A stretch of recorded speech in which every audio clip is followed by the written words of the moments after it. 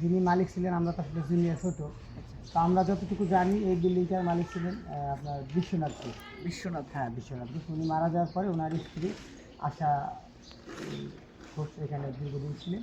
উনি মারা গেছেন প্রায় আপনার 5-6 বছর উনি মারা গেছেন বাড়িতে। আর তাও এই বিল্ডিংটার বয়স প্রায় 250 শতাব্দী। 250 শতাব্দীর মধ্যে 250 বছর। হ্যাঁ, তা তো হবেই। আচ্ছা, এটা হচ্ছে পূর্ব থেকে একেবারে। আর আপনি পাশে যেটা একটা বিল্ডিং দেখছেন এটা হচ্ছে জমিদার বাড়ি। এনার নাম ছিল হচ্ছে আমরা যেটা ওনাকে যেটা দেখছি সেটা হচ্ছে বাবু সত্যজিৎ সিংহ। বাবু সত্যজিৎ সিংহ। আচ্ছা, সিংহ হচ্ছে ওনাদের বংশীয়। আর ওনার নাম ছিল সত্যজিৎ। তো বাবু সত্যজিৎ সিংহের বাড়ি হচ্ছে এটা। ওনার দাদা ছিলেন আপনার ব্রিটিশ আমলে যে কালেক্টর। হ্যাঁ, ওনার নাম ছিল আপনার যতীন্দ্রনাথ সিংহ। তো উনি এই যতীন্দ্রনাথ সিংহ পরিবারের মানে জমিদার ফ্যামিলি। এটা পাকিস্তানে আগেও যেটা আপনার এটা ছিল, তখন পূর্ব থেকে যে জমিদার এই সম্বন্ধে আমার এতটুকু আর আপনার আমার কথা হচ্ছে এই যে এটা যে তারা নির্মাণ করছে, এখানে দীর্ঘদিন তারা বসবাস করছে বা এখানে তারা ছিল, তারা কত সালে এখান থেকে তারা চলে যায়? এখান থেকে ওনারা যাওয়ার বিষয়টা হচ্ছে যে আপনি স্বাধীনের পরে ধরুন ওই যে যতীন্দ্র যখন আপনি এই যে বিশ্বনাথ ঘোষ ইনি তো ইন্ডিয়াতে মারা যান। আর এনার মেয়েতে সব চলে যায়। এনার একটা ছেলে ছিল, সেই ছেলেটা এখন ইন্ডিয়া। শুধু ওনার ওয়াইফটা এখানে ছিল, সে মারা গেছে আপনার 7 বছর আর কি। আর এরা স্বাধীনের পরপরই কেউ কেউ স্বাধীনের আগে বা কেউ কেউ স্বাধীনের পরে টোটালি চলে যায়। আর এই ফ্যামিলির এরা টোটালি আগে থেকে তারা ইন্ডিয়া থাকতো, শুধু বাবু সত্যজিৎ সিংহ এখানে থাকতো এবং তার ওয়াইফ আশা রানী ঘোষ। তো উনি আর সে এখানে থাকতো। উনি বাবু মারা গেছে আপনার 10 বছর আর দিদি মারা গেছে 7 বছর। তাহলে এটা পরিত্যক্ত অবস্থা কত বছর ধরে? পরিত্যক্ত অবস্থায় আপনার প্রায় 7 বছর। 500 পুরনো এই বিল্ডিংটা।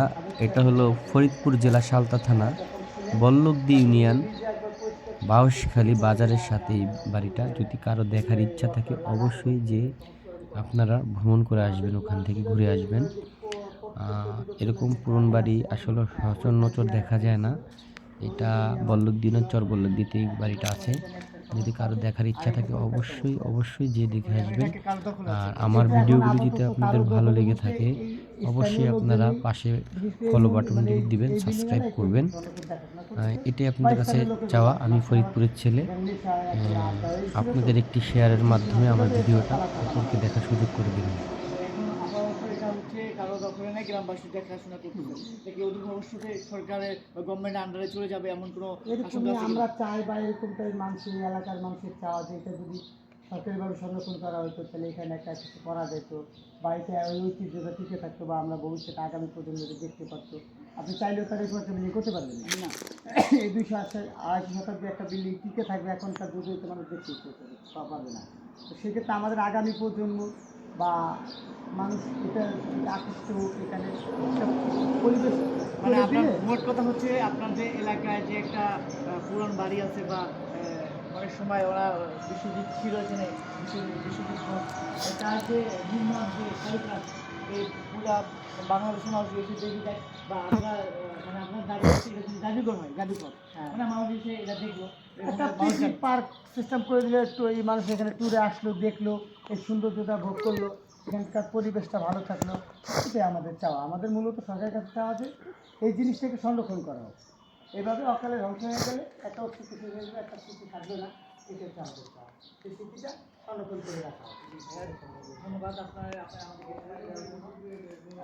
আসসালামু আলাইকুম দর্শক, আপনাকে অনেক ধন্যবাদ। দর্শক, রাজনীতির কারণে ভাইয়ের আমরা চেহারাটা দেখাতে পারলাম না, কারণ যে কোনো সময় তার সমস্যা হতে পারে, এই জন্য আমরা তার ফেসটা নিতে পারি, এই জন্য আন্তরিকভাবে দুঃখিত। আমরা এই বিল্ডিংয়ের সম্বন্ধে যতটুকু জানলাম আরও জানার চেষ্টা করবো আপনাদেরকে। চলুন আমরা বিল্ডিংটা একটু ঘুরে দেখে আসি।